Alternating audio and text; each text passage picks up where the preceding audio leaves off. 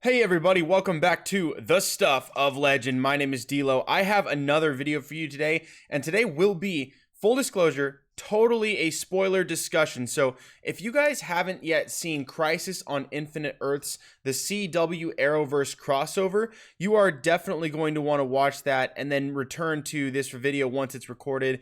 You won't be able to watch it live unless you really don't care about spoilers. Maybe you were on the fence about whether or not you should watch it. Maybe this video will convince you to do just that. But I wanted to go ahead and switch my screen real quick so that I can talk to you guys about this crossover. And holy cow, is it awesome. And it's awesome for different reasons. I'm going to talk about that. There's some things that I thought were a little bit of a nitpick, maybe. Perhaps I'm being a little bit maybe too critical for this type of event. But I wanted to talk with you guys about this. So make sure to leave your comments and questions in the live chat discussion box, in the live chat. That way I can get to your questions. I can talk about the comments you leave. If you guys have a favorite moment from the Crisis crossover event, favorite guest star, let's talk about those things, because I really want to talk with you guys about this. There's just so much to get into. There's 5 episodes in this crossover, and each episode functioned as a replacement episode for one of the series shows that were involved in this collaborative project. Now, there's Arrow, there's The Flash, there's Supergirl, DC's Legends of Tomorrow, and Batwoman, but also Black Lightning. And so one of them did not get their show. I actually didn't watch these from the network itself. I watched it from the network's app. So I didn't know which one was which, and I wasn't actually following any of the Arrowverse shows up to this point. So like Arrow, I'm actually behind on that, almost I think a season and a half. Flash, I'm behind an entire season. I'm behind multiple seasons for DC's Legends of Tomorrow. Supergirl behind, I think, 2 seasons. I have only seen the first 4 or 5 episodes of Black Lightning, and I thought they were good. It was just too busy to keep watching. There's so much to watch. But that being said, this crossover was a ton of fun. Like from start to finish, fun. Just constant throwbacks. If you're a lifelong DC fan like I am, like I know that most of you guys are as well, if you're watching the crossover, you're either an Arrowverse fan or you are a longtime DC fan in general. For those of you guys who are DC fans in general, this crossover was like legendary. It was awesome. You're just geeking out the whole time because they did a ton of fan service, but the whole crossover is fan service. The whole idea is that it's fan service. And so checking that at the gate when you come into this crossover episode 1, you're thinking, is this going to be the best thing I've ever seen in my life? No, it's not. It's not the best quality. It's not like the best writing or anything like that. But I'll tell you what, it was a nostalgia thrill ride. And by the end of it, they leave you with plenty to look forward to. So much nostalgia along the way. Characters that we've known and loved from day one in Arrow episode 1 that are there, actors that have reappeared. Their characters get to make appearances in this Crisis crossover. Really, really cool. Without further ado, I want to go ahead and switch my screen again. That way we can talk about what is going on here. Let me see if I can switch over to this one. Okay, perfect. So we're going to get in this one right here. I want to talk about the big #1 thing you've probably seen lurking around the internet at this point, and that's probably been Grant Gustin's post on Instagram about Ezra Miller and the DCEU film version of Barry Allen the Flash crossing over with the TV show where Grant Gustin was. Now, this was a big discussion that many fans have been asking and having amongst ourselves for a very long time. Would they ever make a movie from the Arrowverse characters and from those actors? Stephen Amell, Grant Gustin, the likes of these guys. And Warner Bros. Back in the day was run by a different guard. And they said, hey guys, we're going to keep everything separate because we don't believe the fans are smart enough to track with all that's happening here. We don't believe that the general population would be intelligent enough to determine the difference between an actor on a TV show and the actor in live action, and then that would somehow compete with itself financially. or viewer wise. And I think that's a little bit crazy. And a lot of people did. Now, this is no surprise, but they had a huge turnover. I think this was at the end of, 2018 or something like that. Middle of 2018 was when the turnover at DC happened, and Walter Hamada came on the scene and shook the place up and turned it upside down. If you guys don't remember, on Arrow, before we get into the Crisis stuff, I need to preface this because this involves the Ezra Miller coming onto the show, onto Arrowverse. It opened a lot of doors back then that I had foreseen quite a while ago. Let me just show you guys before we read this Crisis on Infinite Earths thing. I'll show you guys what I'm talking about in just a sec here. Grant Gustin's Instagram post, I have it pulled up right here. We can actually go straight to the source. This is Grant Gustin's post. Let's click in here. It says, Grant Gustin, how about that? Ezra is one of a kind. So glad we can make this happen and keep it a secret until today. Thank you, DC Comics. And then, as it turns out, many of the cast that were on The Flash and the Crisis on Infinite Earths didn't even know about this crossover. And you might ask, okay, well, was this just Ezra Miller goofing off, willing to come on set? Is that just a last-minute throw together? It might have been a last-minute throw together, but the fact of the matter is, he's in his full film suit. And that film suit is property of Warner Bros. Upstairs, the big guys that are in the actual studios. So Ezra couldn't just waltz in whenever he wanted to do this. They'd have to make him that suit. Or plan it very far in advance, like make it, or they could just get permission from the guys upstairs, which never happened before. They never wanted their TV and their films to cross ever. But we should have seen the writing on the wall. In fact, some of us did. I remember, and this is me getting to kind of pat myself on the back a little bit, but a while ago, 2018, September 5th, 2018, I uploaded this video, and it was talking about when Doom Patrol announced that Jovian Wade was going to be playing Cyborg on the show Doom Patrol before we all got to see the show.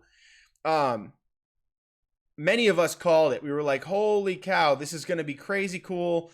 And this means that the separation of film and TV is now no longer it's no longer a barrier that the TV shows are going to have to withhold from. Now, if you guys remember, there was a Suicide Squad on Arrow for the first season.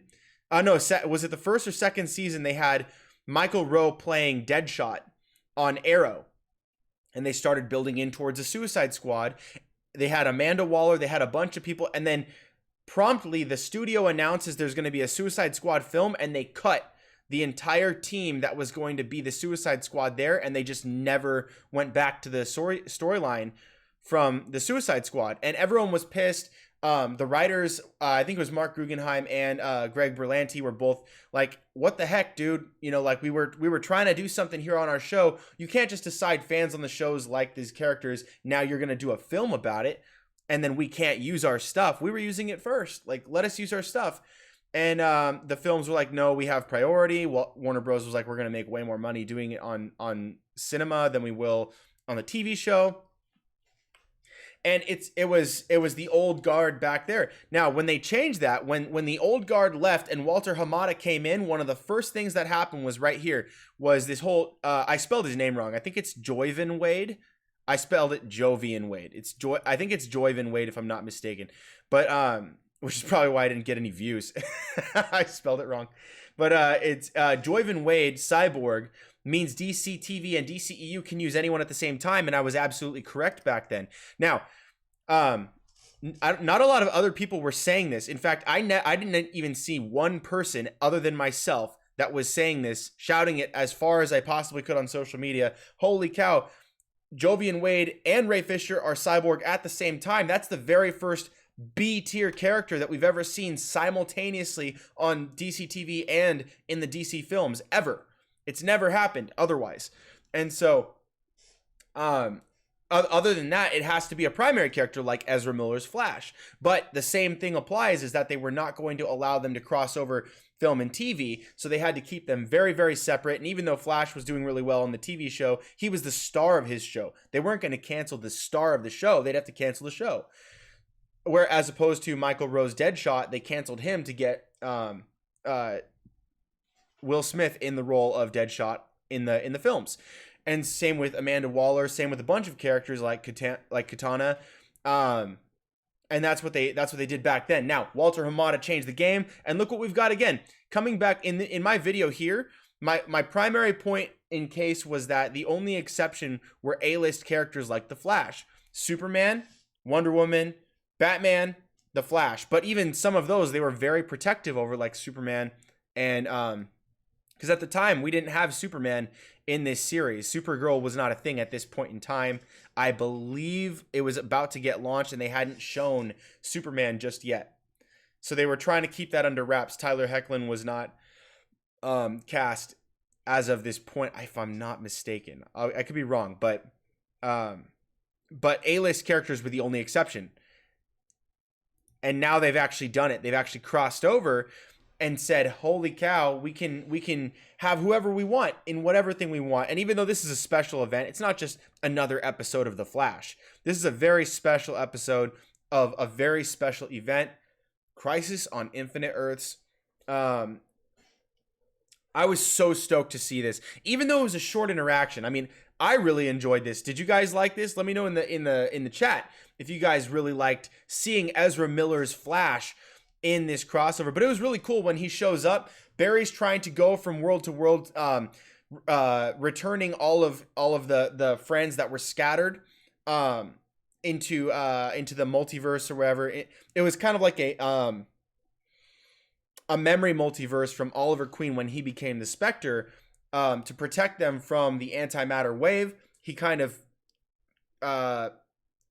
scattered them into his own, into their collective memories. Like it was a weird way they could get around all of them being decimated, or obliterated, I guess you could say, not decimated. But anyway, pit stop they made really quick was he shows up into a Star Labs facility, looks like his very own, which it probably kind of was.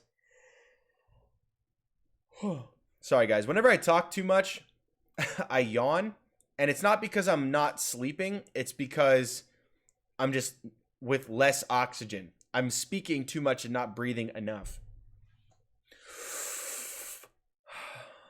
Okay, so Ezra Miller shows up and they're like, holy cow, like, who are you? Like, you're dressed like me, you know, oh my gosh, what is this?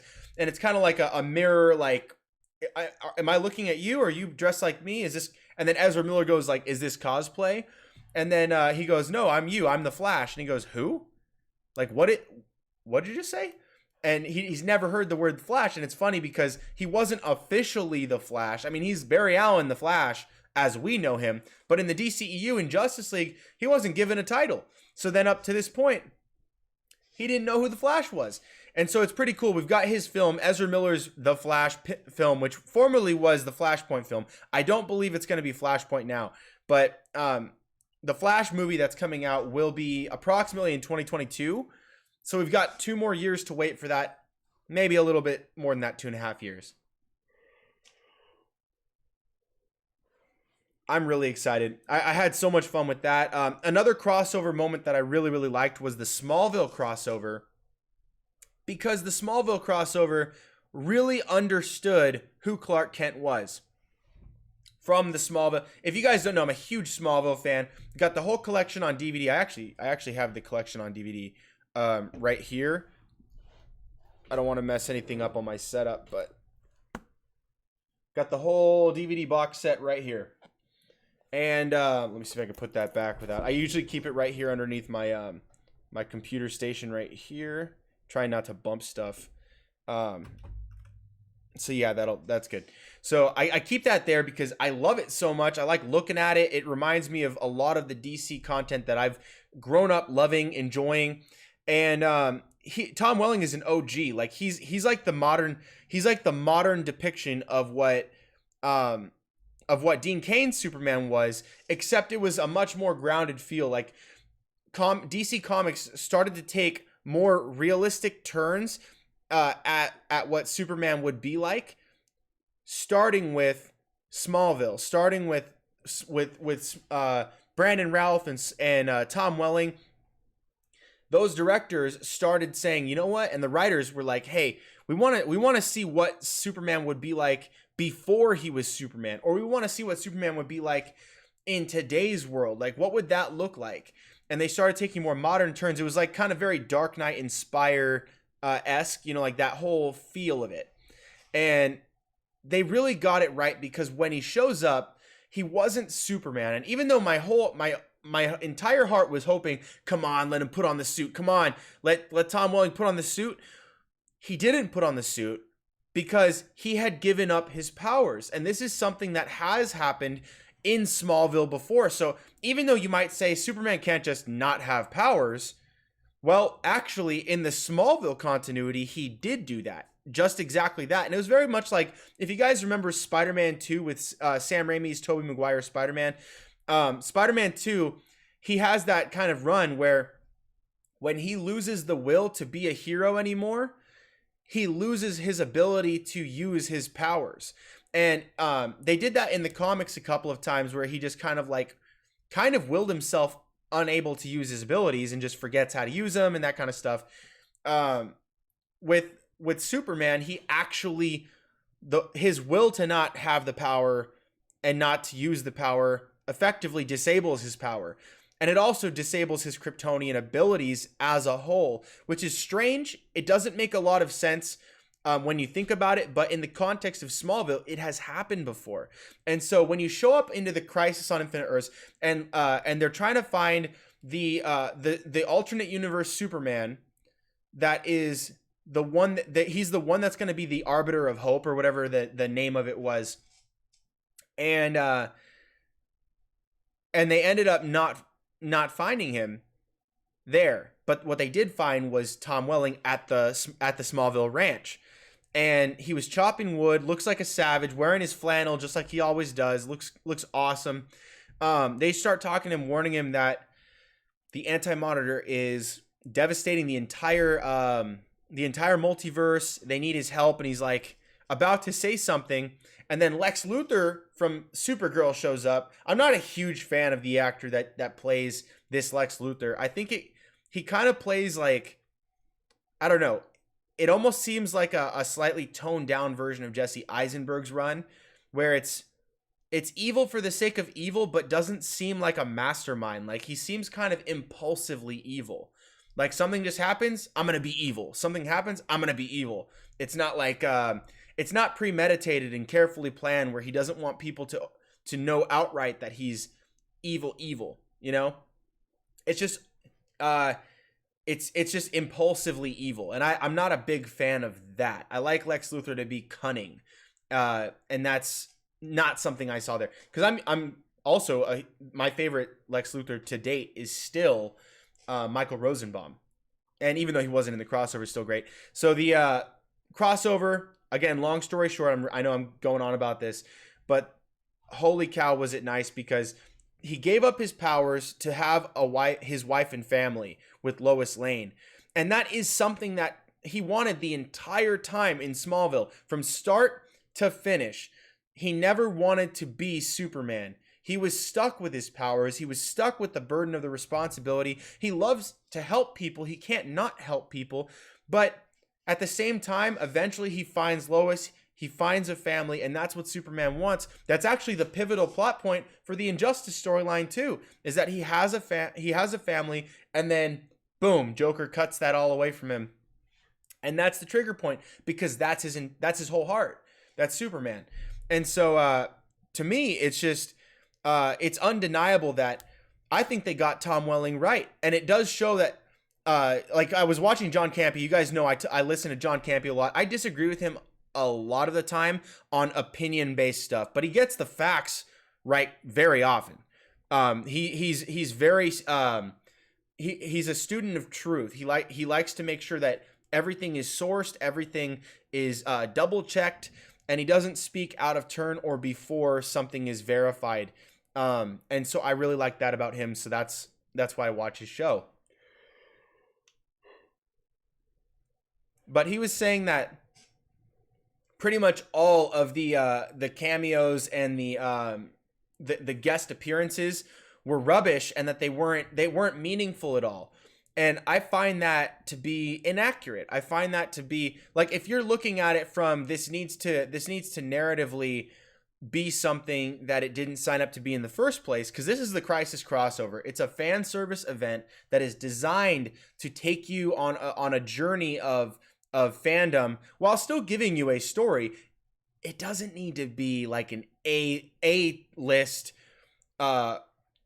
piece of writing work. It doesn't have to have the best script in the world to me. Maybe my standards are just significantly lower, but I had such a good time watching all these different cameos, including frickin' Lucifer. Tom Ellis's Lucifer was awesome, interacting with Constantine. Again, Constantine too. That was another big one, was that they had Matt Ryan come back to play Constantine. So like, they brought everybody in here for this thing. They got Constantine, they got Tom Welling and Erica Durance from Smallville. They had all of the Supergirl people. They had all of the DC legends, including they brought back Leonard Snart, Captain Cold. His voice was the voice in the ship that they had to get from the alternate universe. That was like that was so cool. I love Captain Cold, and I love I'm sorry, I'm always forgetting his name. What was his name? It's a weird one. It's like Wentworth Miller. Okay, so it's Wentworth Miller and Mick Rory. I'm forgetting his name. Dominic Purcell. So Wentworth Miller and Dominic Purcell, they were my favorite on The Flash. Like when they started doing like real comic book villains for The Flash, Captain Cold, they had Captain Boomerang for like a minute. I wish they would have done more with him. But I absolutely loved seeing that. And even though you couldn't see Captain Cold in this Crisis crossover, really, at least in episode 4 and 5, they had his voice as the ship in the alternate universe, which is an awesome nod to him being one of the main cast in the early seasons of DC's Legends of Tomorrow. And his contribution to the entire series run. I think he was in Arrow, he's in Flash, and in DC, of course, as a mainstay.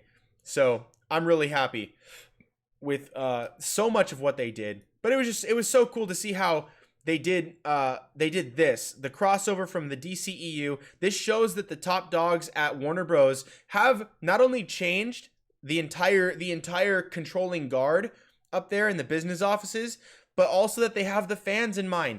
They know that this is what we want to see. They know we want to see this kind of crossover, and that we're okay. We're not dummies. We want Cyborg in Doom Patrol. We want Cyborg in Titans. We want Cyborg in the DCEU. We want Cyborg everywhere. Give us more animated Cyborg. Bring back the old Teen Titans.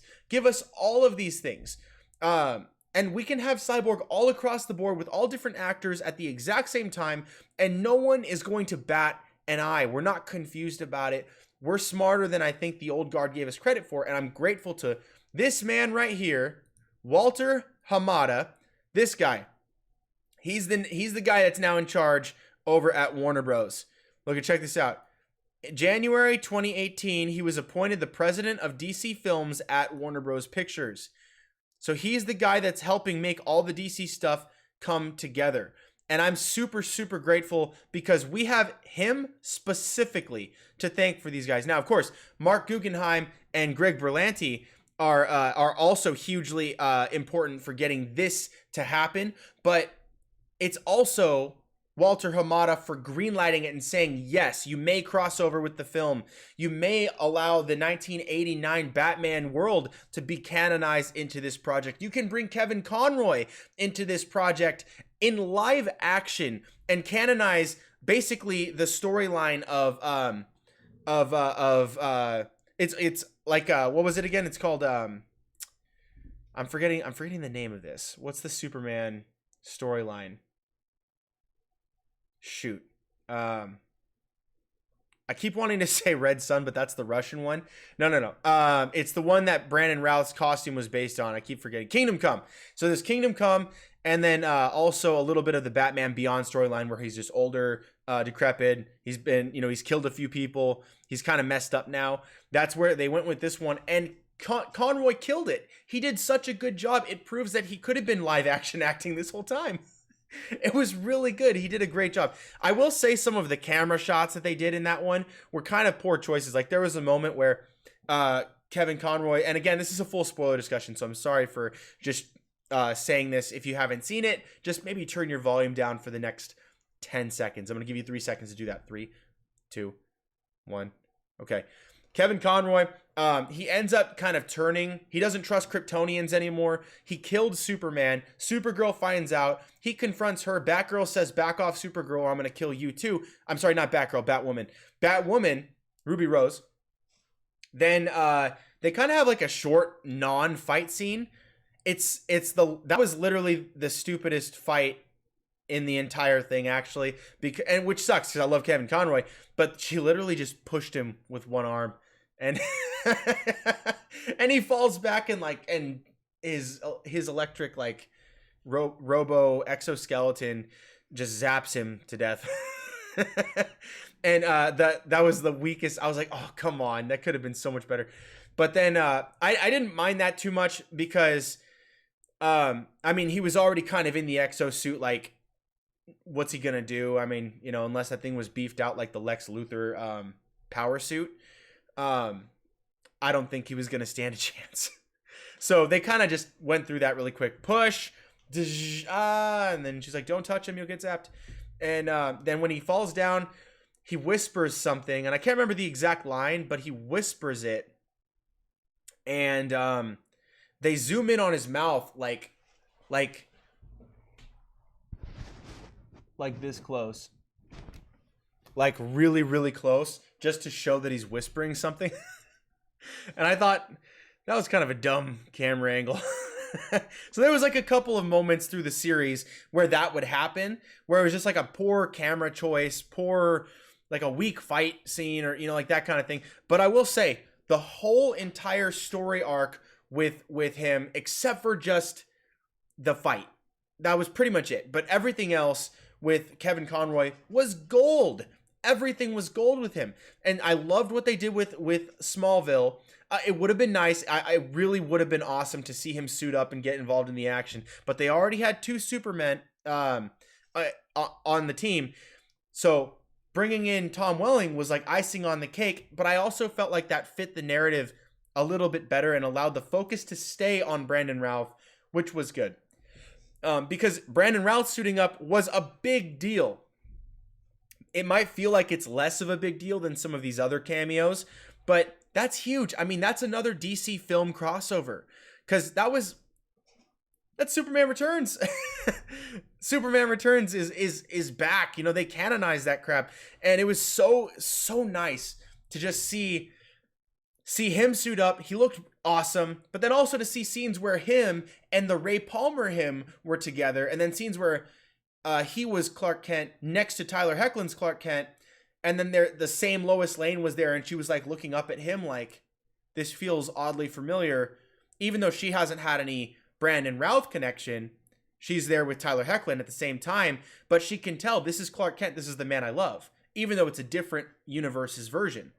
It's just really cool. It's so cool. And it's refreshing too, because Tyler Hoechlin, I think, looks really good as Superman. And I think he could do a really good job. But Supergirl does such a crappy job of writing. The show does such a crappy job of writing Superman. They always feel like they need to punch down at Superman and make him feel weaker or less than in order to build Supergirl up. And you don't have to do that. That's the stupidest thing I ever heard. They could have just built her up.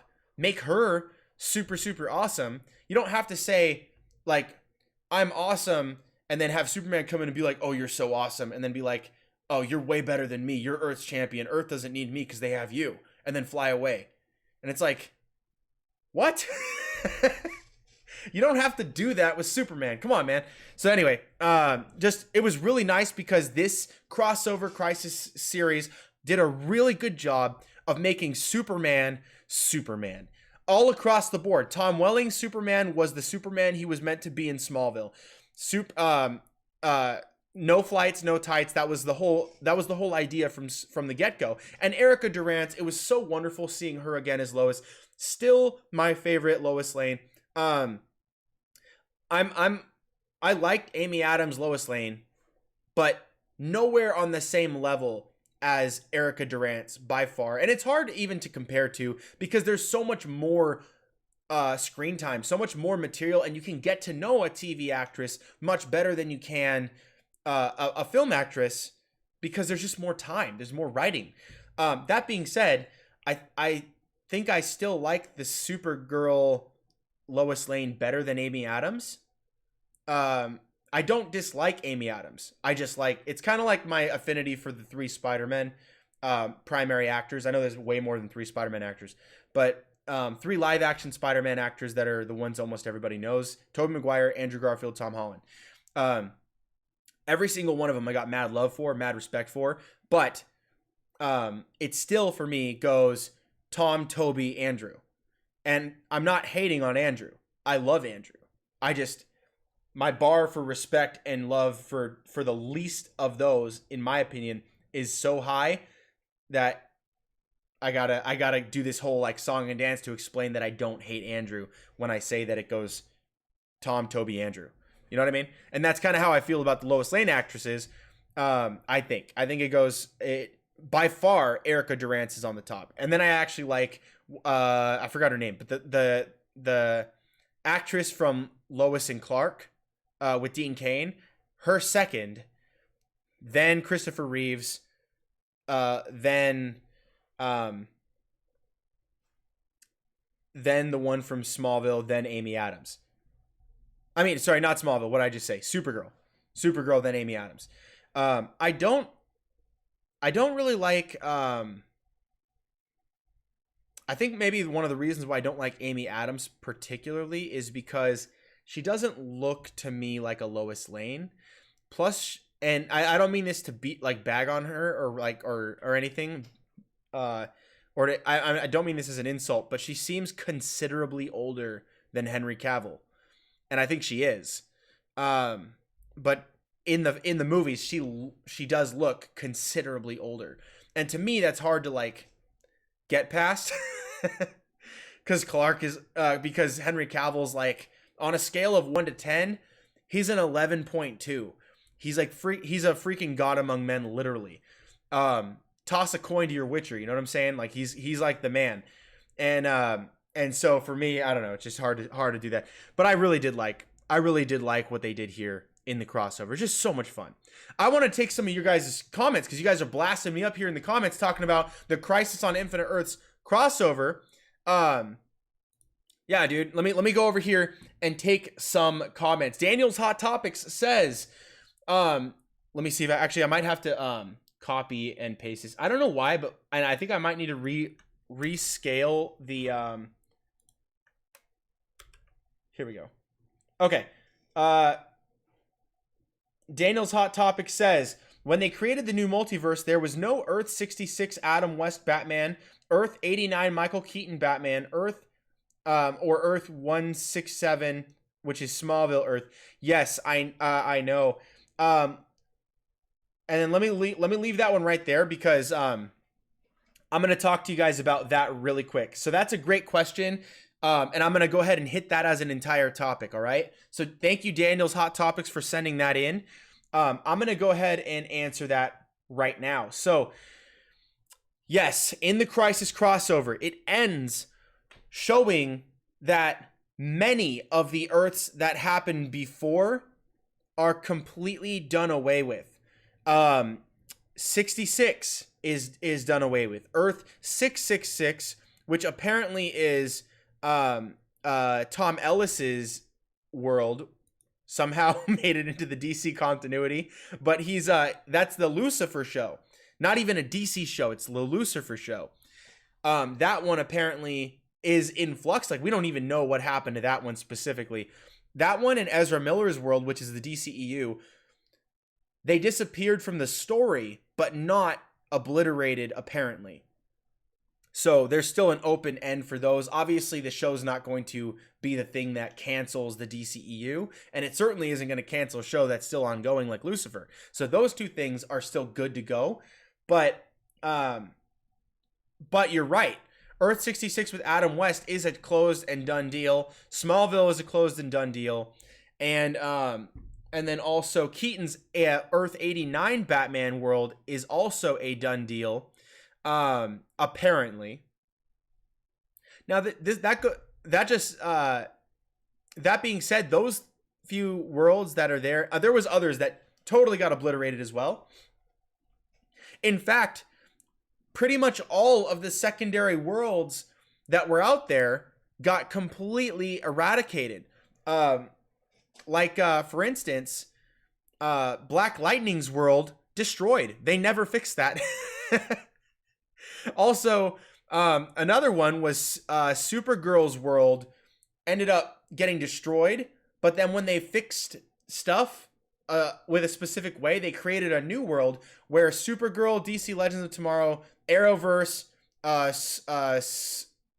Flash, and Black Lightning apparently are all on the same Earth now, and Batwoman as well.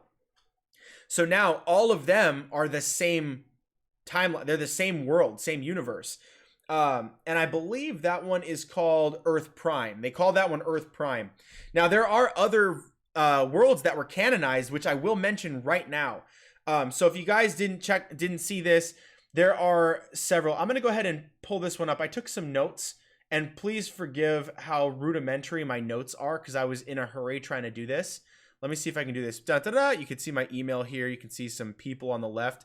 I talked to Nerdy Blurb TV. You can poke around. My family's over here, some friends. But check this out. So I got the notes up here.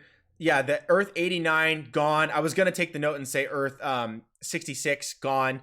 And then down here it talks about the finale, episode 5 finale notes. Down here, though, Oliver says this, and I took the notes to the best of my ability. In the end, there was only one single black infinity. Or I'm sorry, I took crappy notes. It just says there was one singularity, and then infinity found release. Then the darkness broke, filling it with life, filling the multiverse. Every existence multiplied by possibility. And then it opens up and it shows this. Earth 2, a giant robot, and with a giant robot with Stargirl and her team. Now, I'll admit, I do not know pretty much anything about Stargirl.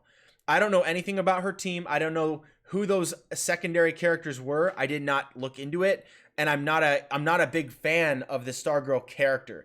Not that I don't like her. I've just never gotten into anything that she's in.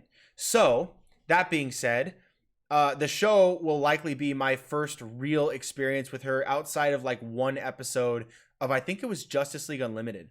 So, and then I think she also made an appearance in Young Justice, but I didn't learn much about her from that. Just that she has the staff. Also, that was Earth 2. So the Stargirl, this line right here, guys, you see this one? Stargirl is going to take place on Earth 2. So that's going to be on the DC streaming service. Also on what I believe is going to be HBO Max and the DC streaming service, but will also be in the CW canon. Earth 12, the Green Lantern show, was confirmed in the Crisis crossover. And it shows Green Lantern flying to Oa, then closes in and shows Oa filled with Green Lanterns. Like, it is super cool, guys. Like, really, really awesome tease happens there at the end. You've got to check that out because that's our first look. And that shows that it's not just going to be like just a Hal Jordan origin. There is actually the Green Lanterns in play right now in this multiverse. And then check this out. They confirmed Earth 19 Swamp Thing still exists.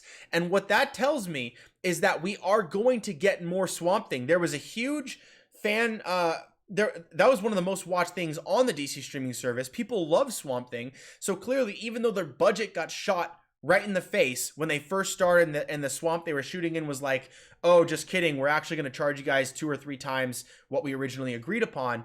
And they were like, wait, what? That's our whole budget for all of the greenlit seasons. And they said, sorry, it's not our problem. Or they did a Spider-Man thing where he's like, I missed the part where that's my problem. They did that to Swamp Thing, But I bet you anything, now that they're making some money, they're gonna go back and they're gonna make Swamp Thing season 2. Everybody likes Swamp Thing, and so everyone who's seen it loves it. I have not talked to anyone who watched it and was like, or like, oh, that dude, that totally sucked.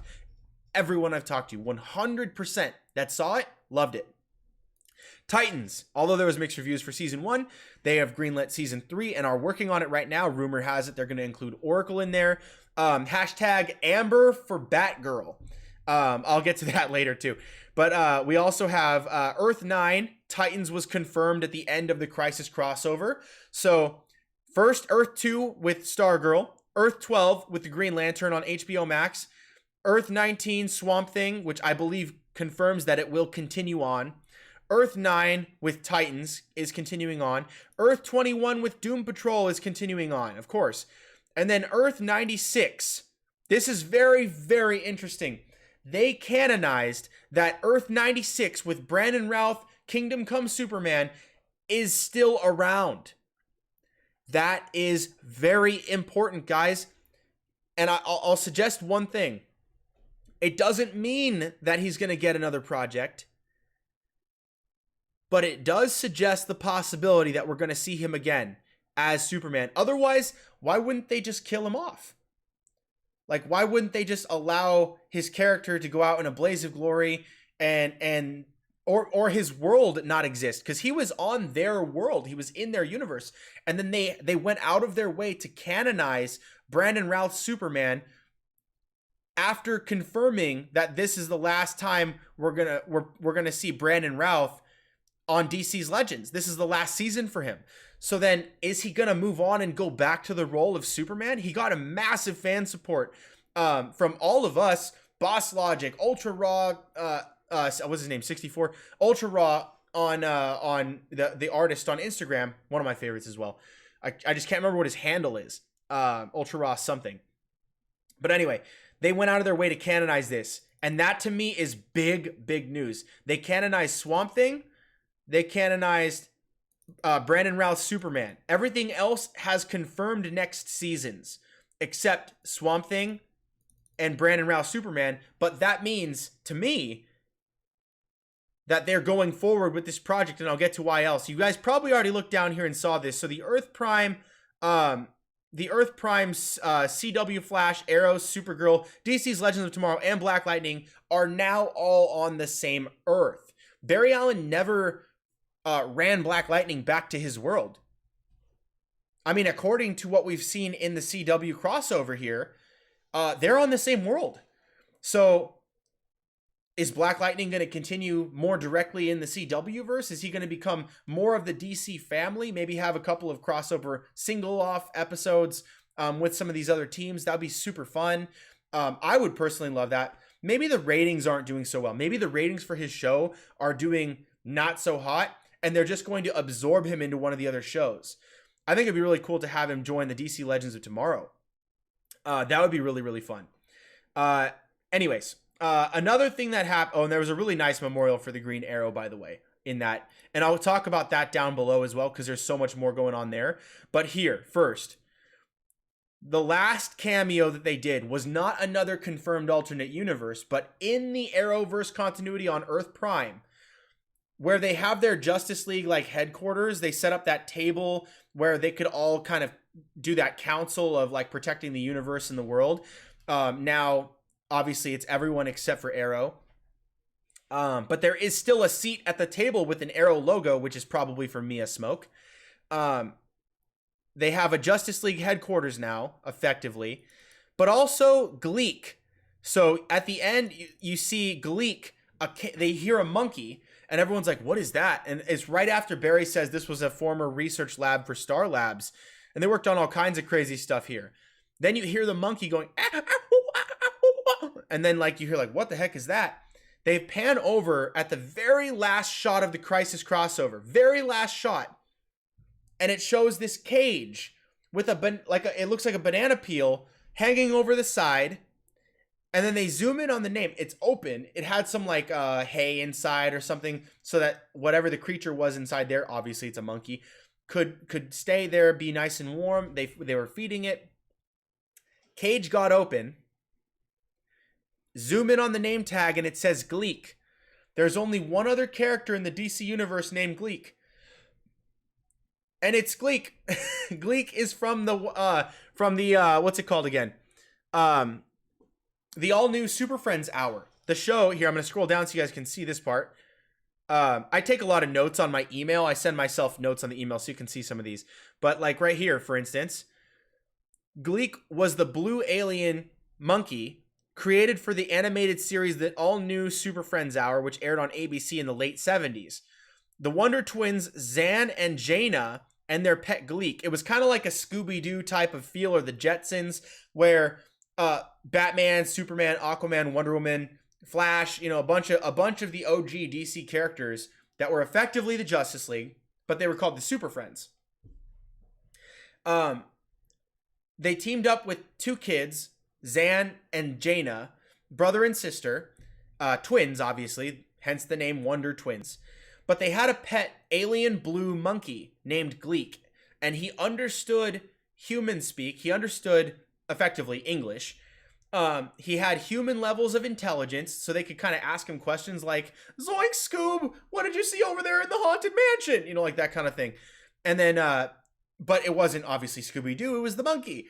He would help them solve these little mysteries in the cartoon show, which I love.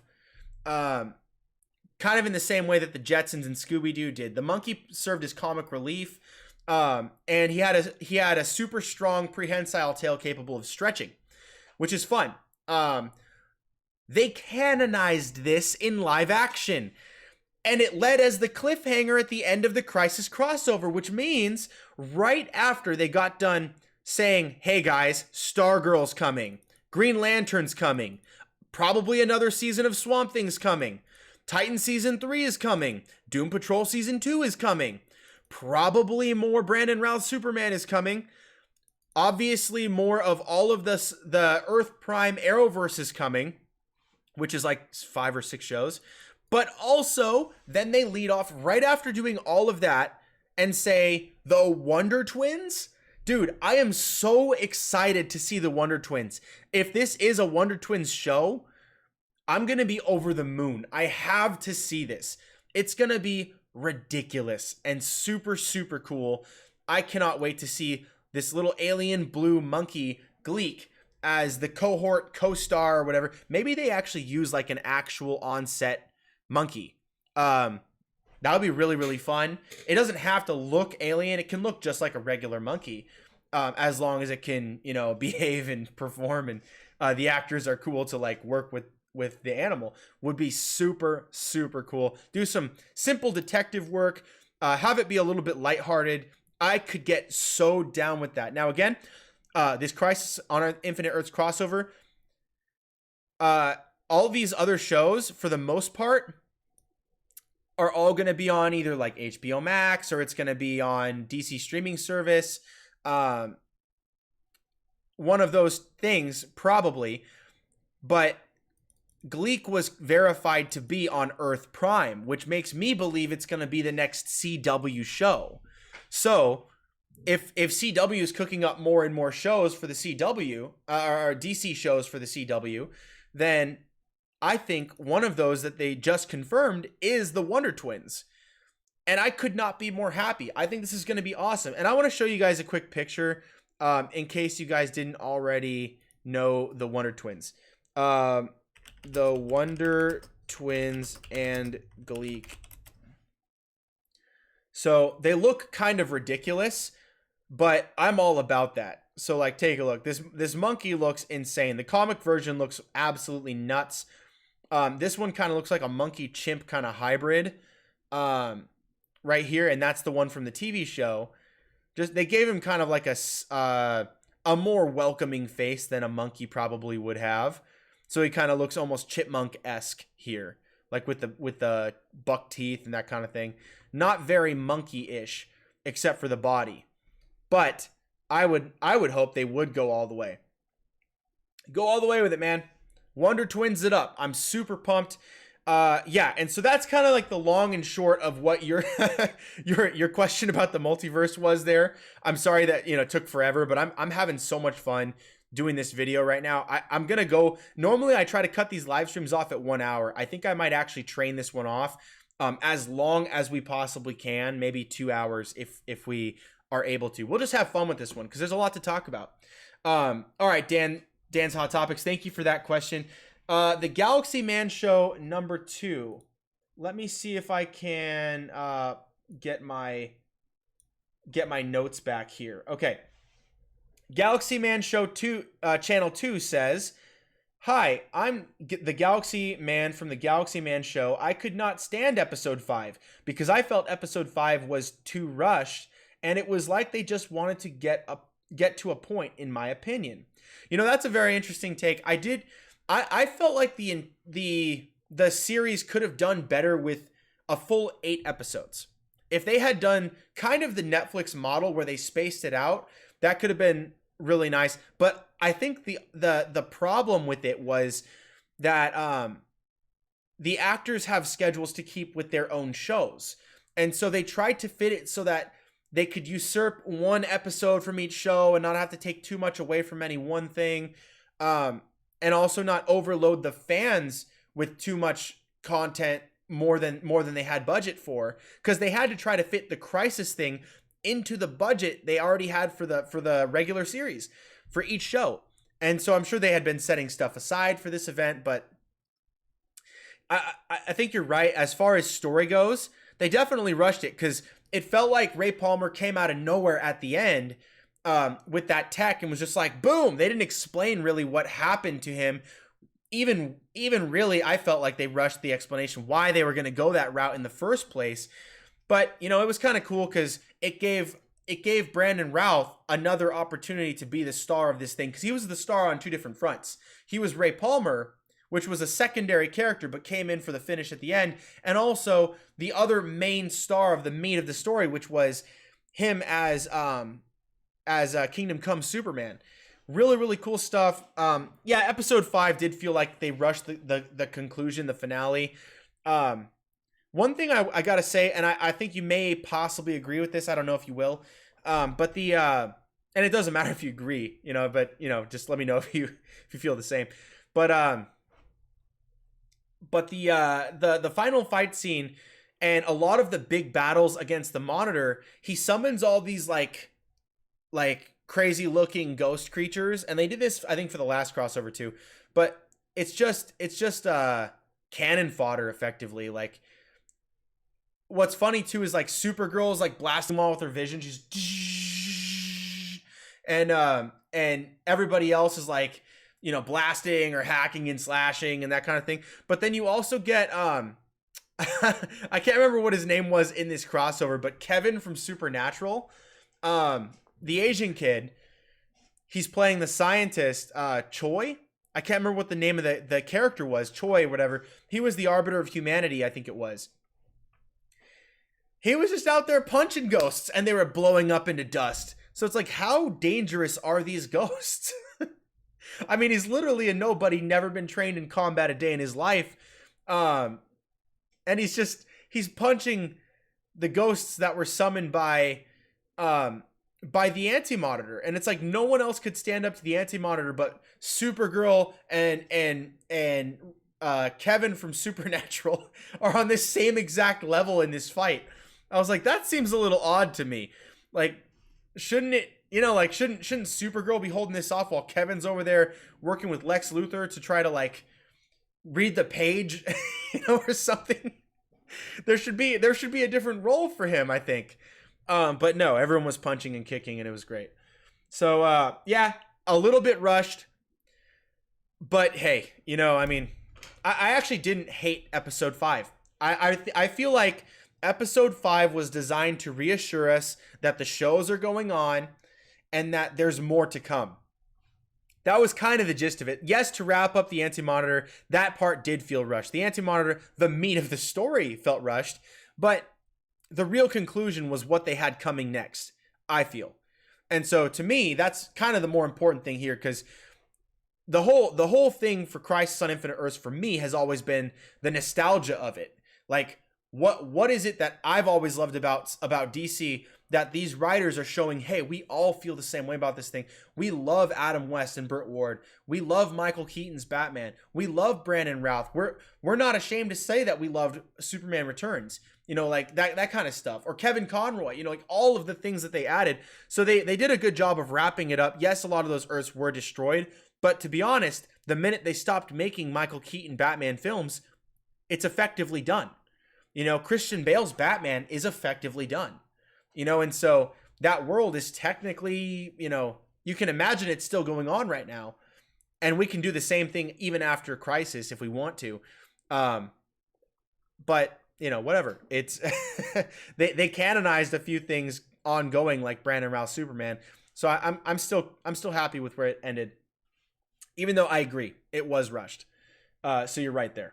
Next up, Daniel's Hot Topics comes in with two of them. I'll take them one at a time if I have to. He says, Daniel's Hot Topic says, Daniel, do you know who the Red Death Batman is? Red Death Batman is a version of Batman who lost everyone, went mad, killed everyone, stole the Flash's powers, and became a speedster version of Batman called Red Death. And there is a rumor that Red Death will come in the next season of The Flash. Maybe Kevin Conroy will be the Red Death Batman. That would be super cool. I've got a buddy, his name is Ryan, one of my best friends ever. Big time nerd, just like me and you. And he's been reading a lot of these alternate Batman stories, like the Bat Who Laughs, like the Batman Metal, and also he told me, I don't know much about it personally, but he told me about that storyline. He told me about Batman kind of becoming like a dark speedster, that sort of thing. And I was like, oh my gosh, that sounds crazy. I've never gotten around to reading that storyline, but I would love to see that. And if they're going to do that in The Flash, you bet your bottom dollar I'm going to watch The Flash again. I'm going to come right back. I actually do want to start watching The Flash again. It just got kind of hard when they were like, Iris is Team Flash now. She's just as much Flash as Barry. And it's like, no, she's not. Okay? She's his motivation. She's not the Flash. She's not nearly as important as the Flash. If she dies, her memory will probably keep the Flash going if he has a buddy to remind him, hey man, keep up the good fight. Effectively, I get that she's important, but she's not that important. And she shouldn't be making the decisions on Team Flash. And all these characters they try to add, and you're like, you're a member of Team Flash. Now we're going to put you in a position of authority. You get to call the shots this episode. No, I disagree. I don't like any of that. It should be effectively the Flash, Caitlin, Cisco, and whatever version of Wells they've got cooked up this week. So to me, that's pretty much where it should be. And everyone else is a supporting member of Team Flash, but not a leading member of Team Flash. I liked Iris West better in season 1 and 2 when she was actually doing reporting work, trying to figure out who the Flash was. And then once she figured it out, she started doing reporting work, reporting crimes and stuff to Barry, saying, hey, I just got a hot tip. Someone was over here doing this thing. Go help him out. You're the Flash. Go get him.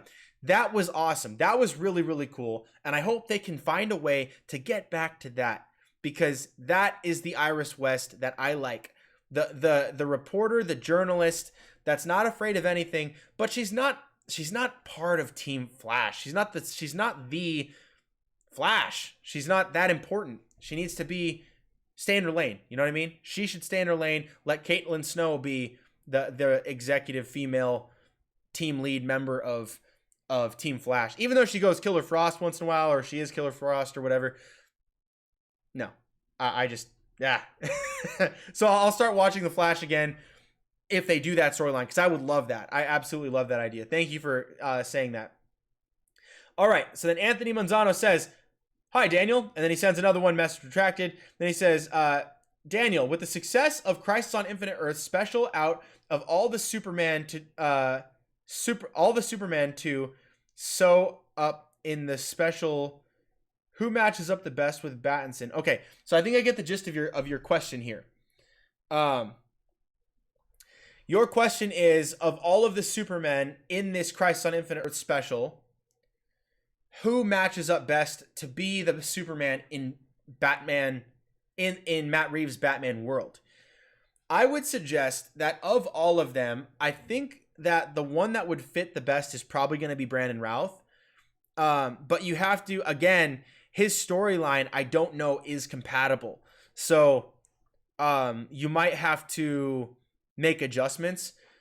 I personally love Tom Welling a great deal. I really wish that we could go back to that. But I think they might actually have to do a new Superman if they're going to ever do some sort of Matt Reeves version of the Justice League or something like that. I think Matt Reeves is going to stay in his pocket and just do Batman for the time being. He'll have crossovers. I actually hope he does have maybe other superheroes in his DC Universe world. But they need to be tertiary characters that stay on the sideline. Like, if Batman needs information, maybe he goes and finds an Oliver Queen played by Charlie Hunnam, and he's like, you know, he just goes like, you know, Oliver, good to see you. It's been a while. And then Oliver makes some wisecrack, and he's like, I don't have time for this. You know, like, tell me when was the last time you saw Harvey Dent, you know? And then Harvey Dent, you know, he was in my city, you know, not too long ago. I busted him for some crime, you know, drug smuggling or something like that. And they get into a conversation about things that are going to lead him to solve the crime. Because Matt Reeves' Batman is going to be the detective. That's the one that's supposed to be, this guy is the greatest detective in the world. And this is a Batman we've never explored in live action before. All others have focused either on superhero or you know, just grunge and grime in the streets. That sort of like kind of a gangster feel. There's been other versions, but none have really specifically said this one is the greatest detective, like Matt Reeves has decided to. So if I had to pick one, I'd say maybe I would stick with Brandon Routh. I really like what they're doing there, but he might be too old, possibly. Hard to say. Because I always thought of Superman and Batman as close to the same age. But yeah, we'll see. So anyways, let me go ahead and get the next wave of comments. Let me see.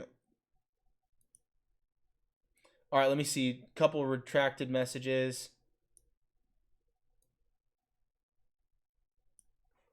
Got a couple more comments here. Give me one sec.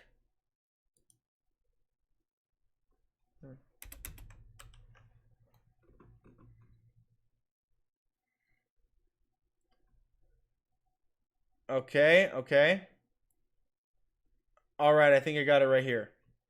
I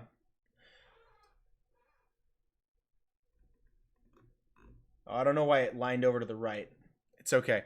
All right, we got it here. So it says, I'm going to come back to here so you guys can at least take a look at this. All right, so it says here, Daniel's Hot Topic says, do you think Earth 66 Adam West, Batman, Earth, and Earth 89 Michael Keaton and Batman Earth still exists? So sorry I butchered that. Keaton's universe and Adam West's universe, do they still exist? I think the answer is, according to the CW verse, no. But if DC ever wanted to, they could just as easily make another Batman movie with Michael Keaton, and they could even bring back Tim Burton if they wanted to make a final conclusive movie about him doing Batman Beyond.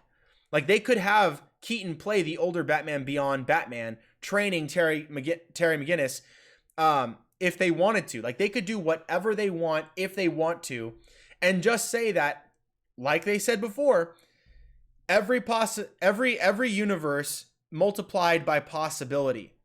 So there's infinite possibilities. So according to the CW verse, it's technically dead. Like, they've killed it. It's done. But it doesn't really matter. If they think they'll make a really good amount of money on doing that, and the cast is willing to come back, and the directors and producers are willing to do it, they'll do it. So I think it's good. And for the record, I think it's high time that we got a modern day Adam West style goofy Batman series on the regular on DC Universe. Low budget, really cheap sets, hilarious, ridiculous comedy that's family friendly, clean, and just over the top, cheap costumes. Let's just do it. For a very low budget, you can draw a pretty big crowd, rebirth the Adam West series. Like, just reboot it. Do the same dang thing and because we need more family-friendly content. That's one thing that DC Universe doesn't have a ton of. It's all TV 14 and up, really. Not a lot of underneath that. So it doesn't appeal to anyone with like kids who love DC. If you want that, you just get Disney Plus. But they don't have anything to compete against Disney Plus. So they should start making a couple of family-friendly things. Like an Adam West-esque Batman series. And you know who should do it? They should call back in shoot, what's his name? He's like my favorite Batman actor. Will Arnett. I didn't even have to type it in. Will Arnett from the Lego Batman should come in and do a live action, ridiculously over the top, goofy, just nuts, bonkers Batman that's family friendly in the same spirit as Batman was on the Lego Batman. And have his buddy Michael Cera, who played Robin in Lego Batman, do it in live action as well. They would be perfect together. They were awesome in Arrested Development. It would be so legit. In fact, just get the cast of Arrested Development to come back. I'm gonna recast that. I'm gonna do a fan casting video for you guys. I'm gonna make a note right now to cast. Watch this. Actually, don't watch because I'm gonna just do this. Recast Arrested Development as rebirthed Adam West Batman. Sorry guys, I make notes whenever I have an idea for a thing.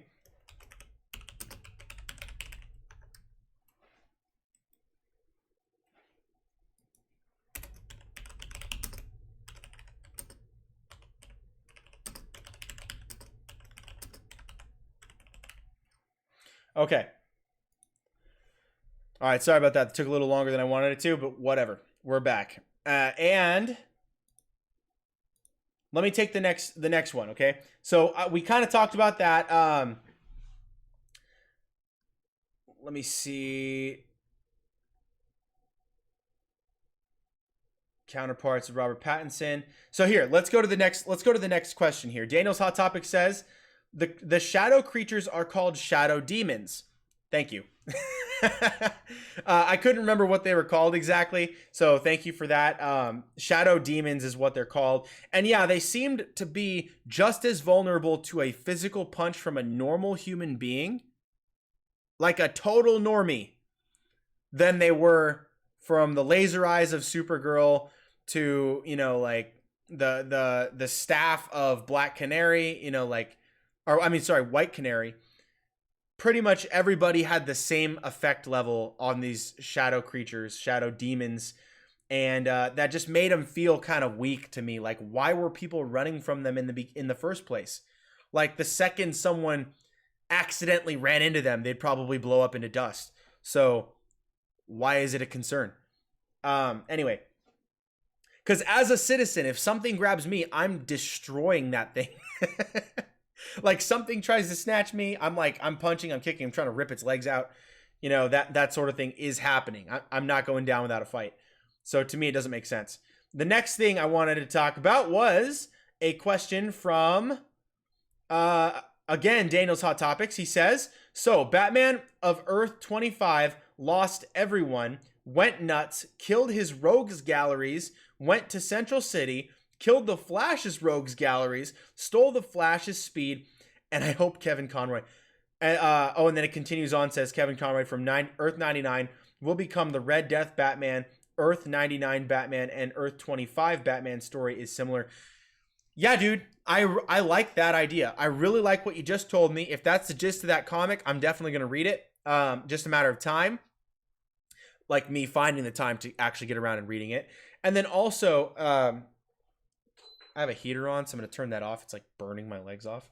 But then also, the Earth 99 Batman, Kevin Conroy, was freaking amazing. Like, the best. So good.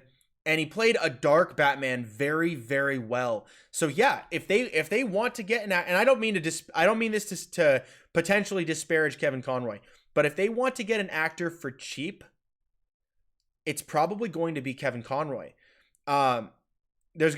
pretty much anybody else will likely cost more. Kevin Conroy is a big name, but only to Batman fans. He doesn't do much else. So that being said, yeah, have him play Red Death Batman on Flash. That would be the coolest thing ever. Like, everyone would tune in for that. Just like everyone tuned in for this because of Kevin Conroy and many other people that they love. So yeah, I agree. That would be really cool. Okay, so then let me go down. We got some more questions. I'm going to take a few more of these. Let's see. Nice, dude. You guys are rolling in these comments. Let me go ahead.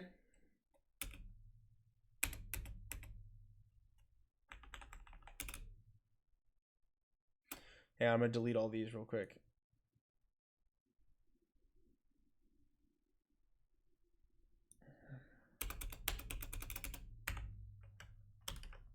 Okay. All right, I got it here. Sorry it took so long. For some reason, again, I know I've said this, on the right of my screen, it cuts off a little bit, so I can't catch the last like 2 or 3. If they're small words, I can't catch the last 2 or 3 words. And if it's a big word, I can't catch the last word. So I don't know why. I got to find a way to adjust that. Because when I'm reading articles, it fits. When I do this YouTube live stream, for some reason, it pushes the comments off the edge of my screen. Everything else seems to fit. So yeah, I just got to figure that out. Maybe I'll have to do a pop-out chat next time and just put it on a different screen. So actually, that might work. I don't know if it'll let me, though. Is it going to let me? Live chat, enable chat, no. I don't see the pop-out chat here. But it's okay. All right, so here's the first question on the next list. It says here, Galaxy Daniel's Hot Topic says, I read that Mark Guggenheim said Smallville's Superman is still alive post-crisis, confirms Arrowverse producer. That's fascinating. I actually did not read that. I would love to check out that article. If you have the time, after this or during this or whatever, just put the link to that article in the comments of the video, because after the live stream is done, this video becomes a saved video on my channel, so you guys can go back and watch it. But just leave me the link to that in the comments and just say Guggenheim confirms Smallville or something like that. And then that way I know, oh my gosh, this is the article. And then I'll save it. I might even do a whole video on that, actually. Thank you for sharing that. I need to know these things, and I'm grateful to you guys for letting me know. It says this, the Galaxy Man Show Channel 2 says, with all the shows coming back next week, what shows are you most looking forward to? And the line that Oliver and as Spectre said to the Anti-Monitor, how he said you have failed this universe. Dude, let me start with that end part. When he said you have failed this universe, like, there was for context, a couple of the lines that were said previously between like for instance, like Barry Allen said, like I trust you with every molecule of my being or in my body or something. I thought that line was kind of cheesy. I thought that line was not very good. And there was a couple of lines throughout the series that were like, that didn't really land. But it really stuck with me when he said he was holding him and they're having that energy fight, and you could tell that Oliver was winning, and he was about to cast judgment as the Spectre on this guy, on the Anti-Monitor, and he's like, you have failed this galaxy, or the universe, I'm sorry. And it shook me. I was like, oh dude, that is so cool. That is so powerful. And it seems like it would be so obvious, but in the context of him being Spectre and just the whole Crisis event, I wasn't thinking of the line. So when he said it, it was a surprise to be sure, but a welcome one. And I really, really liked that line. It was powerful for me. I enjoyed it. And then what you said before, all the shows coming back next week, what shows are you looking forward to? I am personally, I think I'm personally most interested in jumping back on board The Flash. I think of all of them, it's either going to be The Flash or DC that I'll pick back up. I lost interest in Supergirl a long time ago. I forced myself for the sake of review, for the sake of being able to talk about it with an educated point of view, I forced myself to watch season 3. Even though I quit like midway through season 2, I finished season 2 anyway, and then I watched season 3, and just so much of it is it's so political in a real world sense that it's a turnoff to me, because it's just constantly the showrunners telling you what you should think. And even though there's some things in there that I totally agree with, there's some things that I absolutely cannot stand. And I won't get into what those things are specifically, but it's so in your face that one thing is supposed to be morally great, and one thing is just, oh, I can't believe this, and I'm disgusted by this worldview or this point of view. And it's like, dude, this kind of grandstanding it's disturbing to watch. Just the moral high ground these people think they have, you know what I mean?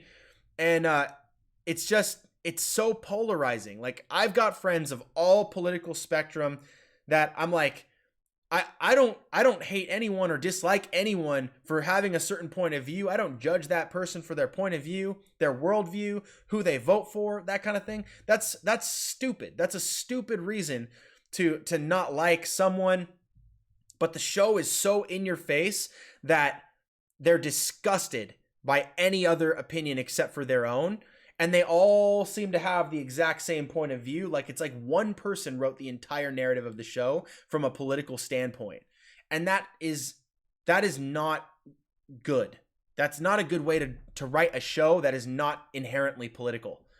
If it is a political show, that's one thing. But it's a superhero show that's pretending not to be political, but it's completely political. And that's the it's a grind for me to try to watch. So I'm not going to watch it, even though they got one of my favorite TV actors, Sam Witwer, in the show. I just stopped. I was like, I can't do it. I can't go back. So I forced myself to sit through and watch and rewatch the first couple seasons, and then plow through the second season, and then get through the third season. I could not force myself to sit down for the fourth season and beyond. So I'm not looking forward to Supergirl. And the Crisis crossover did not do anything for me except that Tyler Hoechlin was not a wuss. That to me was cool. I like that they kind of gave Tyler Hoechlin some glory in this crossover. So that was good. That was a step in a good direction. And John Jones was also good as Martian Manhunter. He's always good. I've always liked him. But the rest of the Supergirl stuff, I don't care for anymore. Like, I tried, I did my best, couldn't do it. I'm currently watching Batwoman, and I'm having a tough time. I will say, though, it got better. Episode 1 was hot garbage. Episode 2 was even worse. Episode 3 was about the same as episode 2, like it kind of leveled out. Episode 4 was not good, but not as bad, I think. And then I haven't seen episode 5, so I'm still behind on that too. Haven't seen Black Lightning much. I've seen like the first few episodes, like 6 or 7 episodes, I think it was. And I liked it, but I just didn't get around to it. Arrow, I will watch again. Arrow, I'm going to probably watch, but I'll start over. I'm going to start over from season 1 because I really like the early seasons.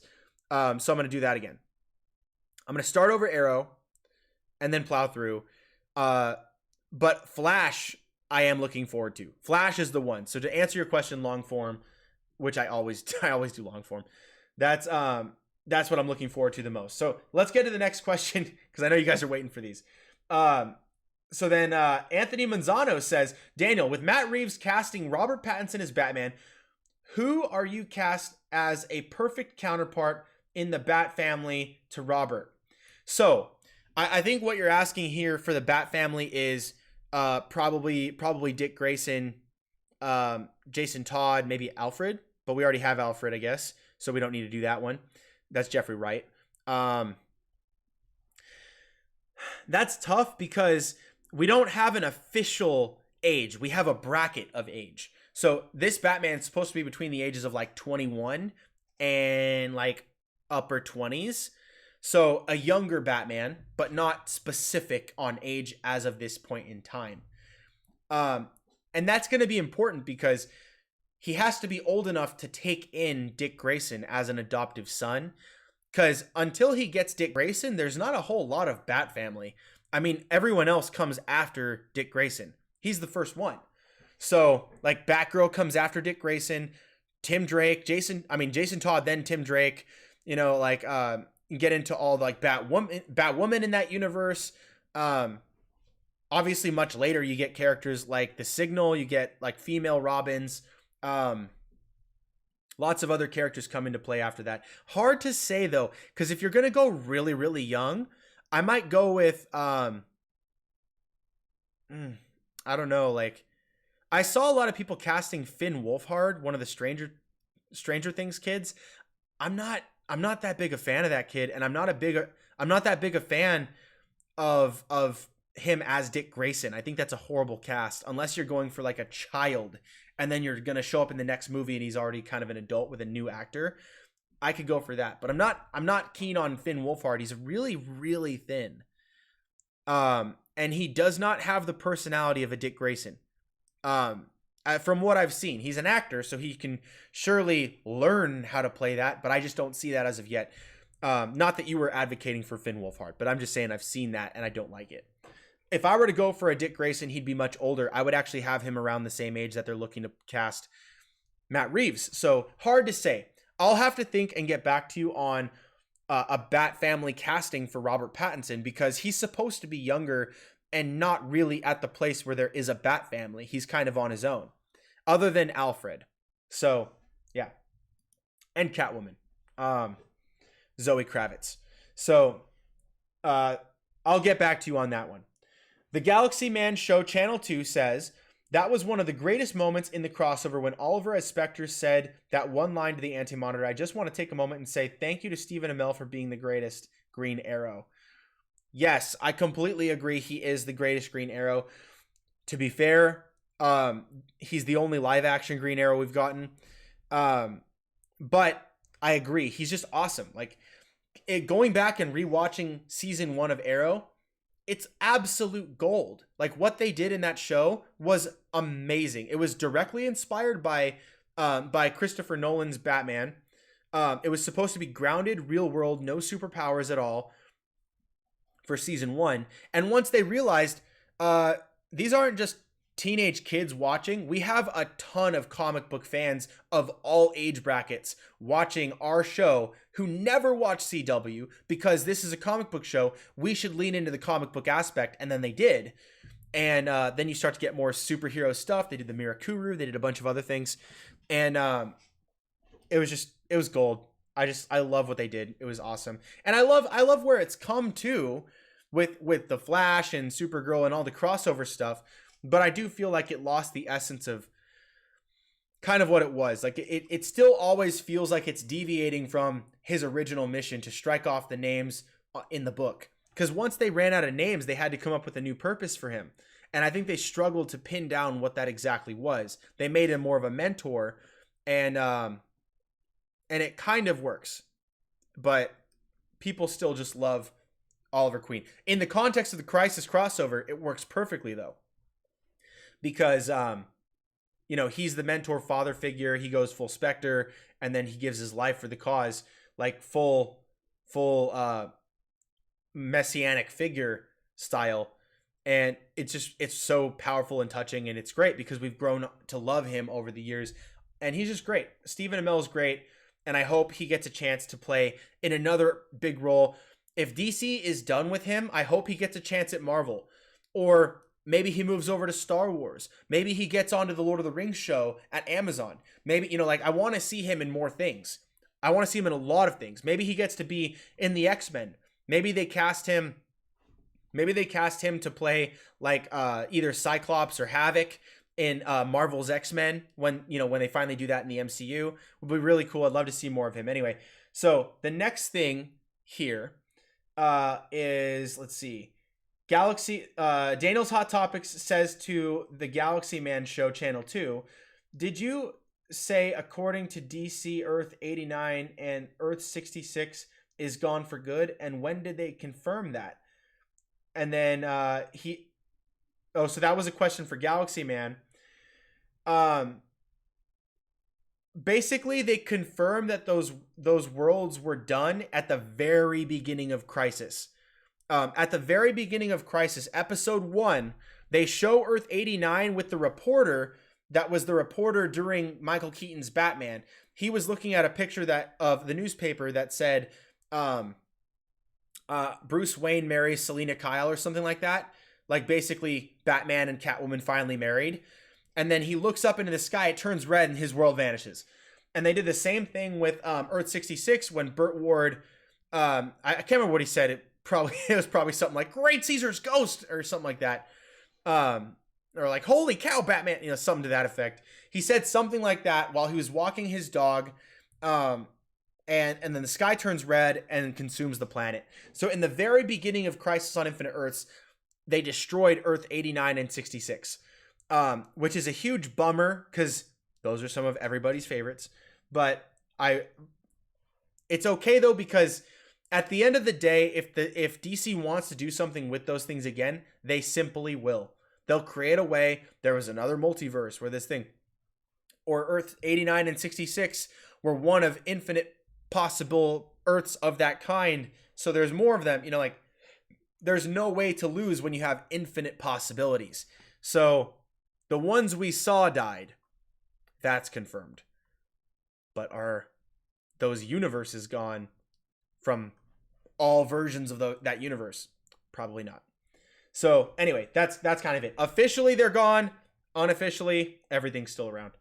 And it's just up to interpretation at this point. So Galaxy Man show. Oh no, sorry. So Daniel's Hot Topic says to me and Galaxy Man, did you say according to Earth 89 and 66 is gone for good, and where do they confirm that? Yeah, so I just explained that one. And that is exactly what happened there. So officially at the very beginning of Crisis, they confirmed that those things are now done. Except they end with the line from Oliver Queen saying, let me read it for you guys. Oliver Queen says, where did my notes go?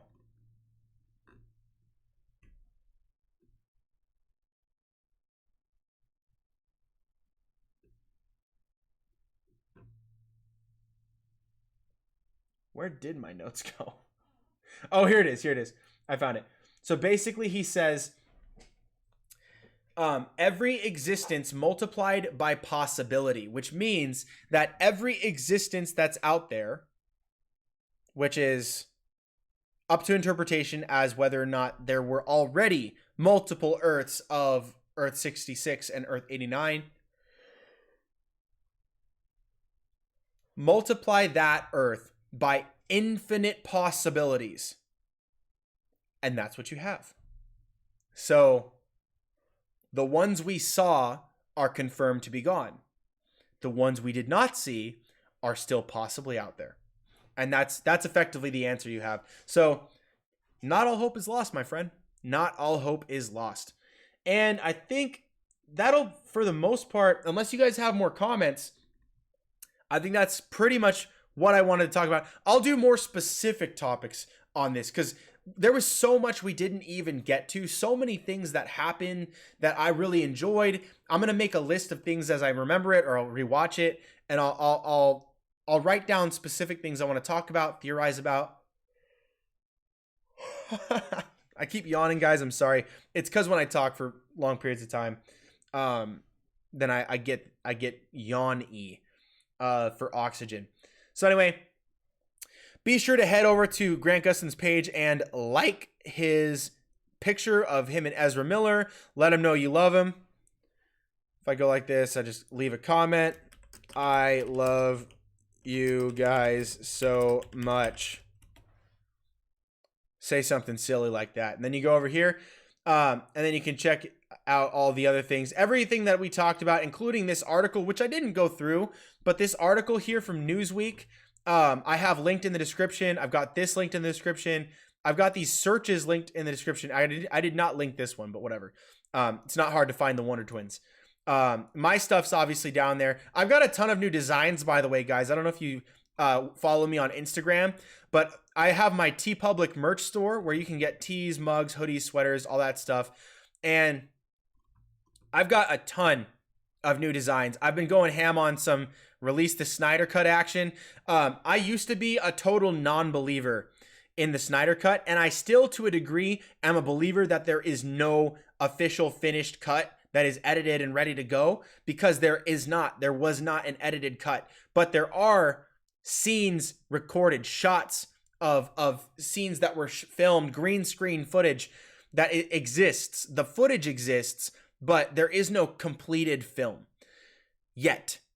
And I believe there should be. So when I say release the Snyder Cut, I don't mean there is a Snyder Cut, give it to us. I'm saying you have tons of footage, bring in Zack Snyder again, and have an exclusive release on HBO Max where you give him a fraction of the budget you did before, but you let him finish the effects, you let him finish the CGI, the audio, all that stuff.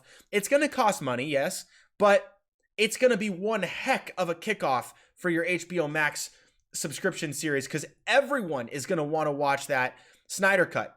For dang sure. It's the only thing people have been talking about. I mean, so yeah, I went ham. I made a bunch of these designs for you guys, some with borders, some with really, really fun designs. This one specifically, I'll click on for you guys so you guys can see, but you can get it right now. It's on sale for $13. Links in the description. Look, you got 30 minutes. If you're in the live right now, you got 30 minutes to go get this at a discount before it goes back up to $20. So I got a ton of release the Snyder Cut stuff. The other things that are more new, like some of the Spider-Man Far From Home content that I made, you guys check that out as well. But yeah, you can get like a hoodie, mugs, all kinds of fun stuff. You can change the colors if you want, of course. You don't have to stick with black. You could do whatever you want. You can do red. You could do these kind of gray colors. Look at that. It looks kind of nice.